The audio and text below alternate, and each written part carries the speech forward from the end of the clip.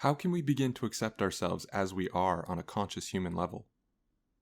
How do we even begin to judge ourselves in the first place? Who is the one doing the judging? The secret to accepting oneself can vary. It may be a very lonely road of personal discovery that leads you to self-acceptance, or it may be validation from someone else that allows you to believe in your own value.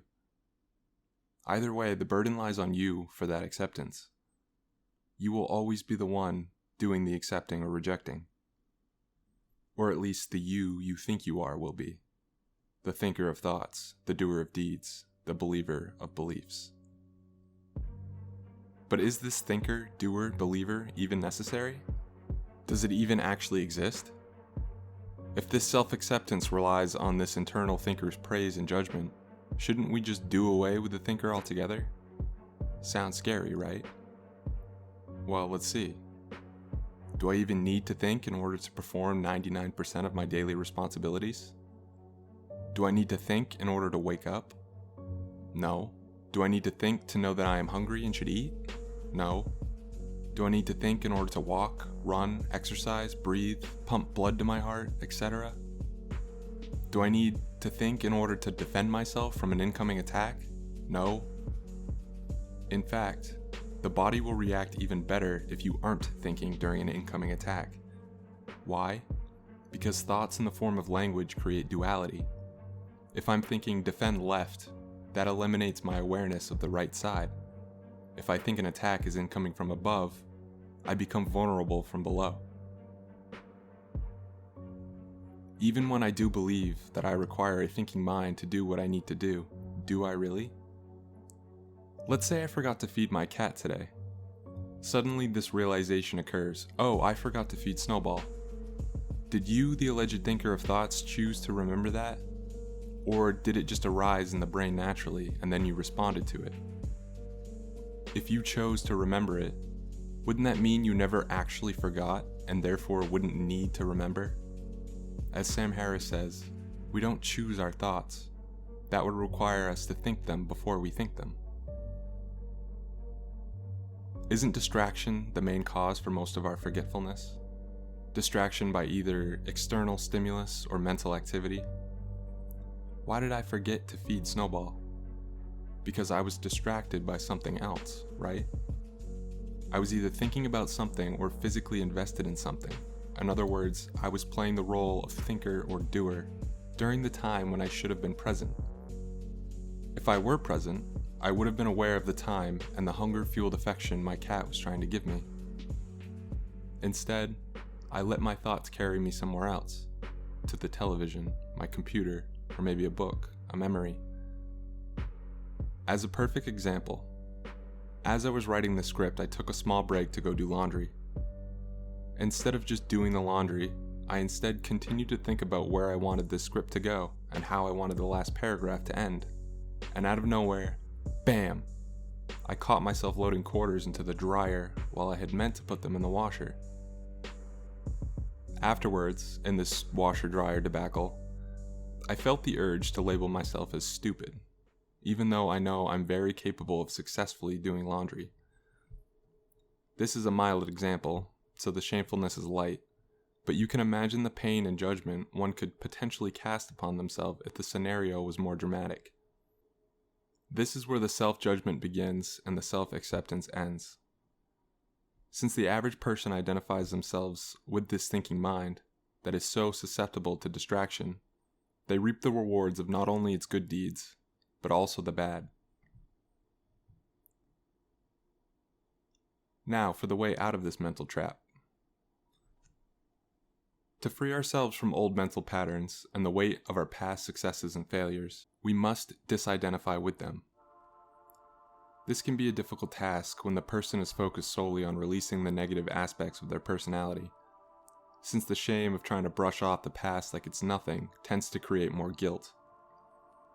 Alternatively, trying only to release the perceived good in ourselves can be difficult too, since it's all the ego has, and this ego is the one holding on. To successfully disidentify with our thought patterns and actions, and thus break the cycle, we must first stop taking credit for everything in our lives. The good, the bad, and the ugly. It all has to go.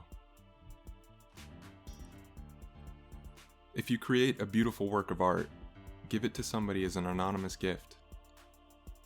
If you spill your coffee on the dash, watch the emotions and thoughts about the scenario come and go. And then just remember to slow down and be present next time.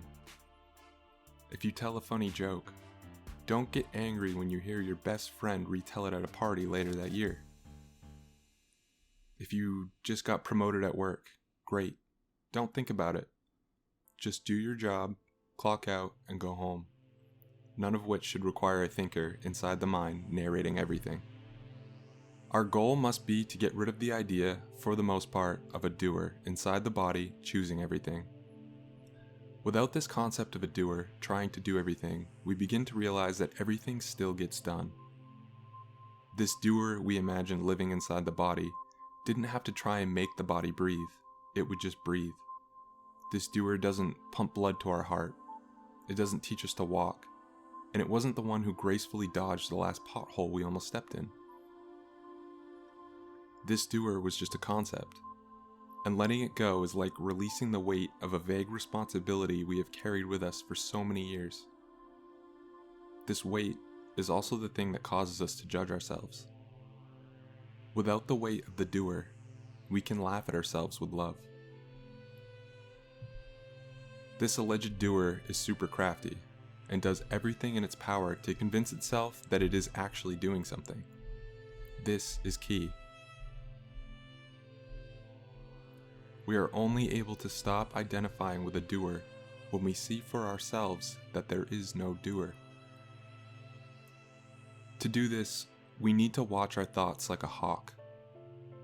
We have to become hyper-aware of our own mental activity. Becoming aware of your thoughts and their patterns is a necessary step to seeing through the doer, but it's also the hardest stage. When we get to the level of awareness where we can watch our thoughts come and go without identifying with them, this doer will try to assert itself. You're all up in its personal space at this point, about to see through its facade, and so it puffs itself up in a desperate attempt to stay relevant. Many schools of thought, especially Eastern, claim that the doer, the ego, can and should be eliminated with one quick self-inquiry. But I don't think this is the case in the West. We are unripened. Our conditioning to believe in the doer is too reinforced.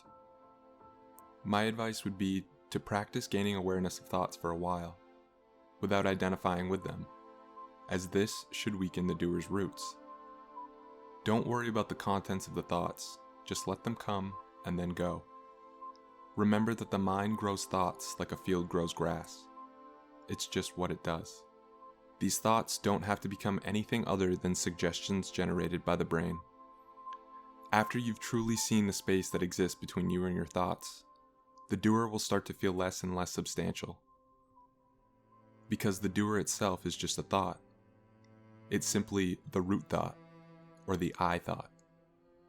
That's why the concept of ego death drives people crazy. The paradox of a thought trying to separate itself from a thought is maddening. The thinker and the doer are the same, but neither of them are you.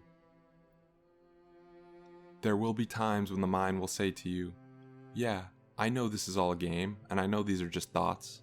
I can be aware of them." But this is just another tactic of the ego to keep us believing in it. If you continue to remember this, you're golden. Because who is the I that is saying they can be aware of the thoughts? The ego will say anything to stay on the throne. One final note before we end this, I would like to clarify the way I speak about the ego. When I say things like, the ego will say anything to stay on the throne, I don't mean to treat it like an enemy. The ego is not bad, nor is it aware of its own trickery. The ego feels like you and I feel when we're inside of an intense dream. It's not its fault that it reacts to everything like it's real, and no wonder it feels uncomfortable in the presence of existential thought. It thinks it's real, in a real world, threatened by real things. Wrestling with it will only reinforce the idea that it exists. Our best bet is to be as calm as possible, watch thoughts come and go, and lastly, try to extend love to that ego. Treat it like you would an innocent child who only acts out because it doesn't know any better. In a way, it becomes hilarious to watch. When you start to laugh at yourself like you would your favorite comedy movie, you know you've got it.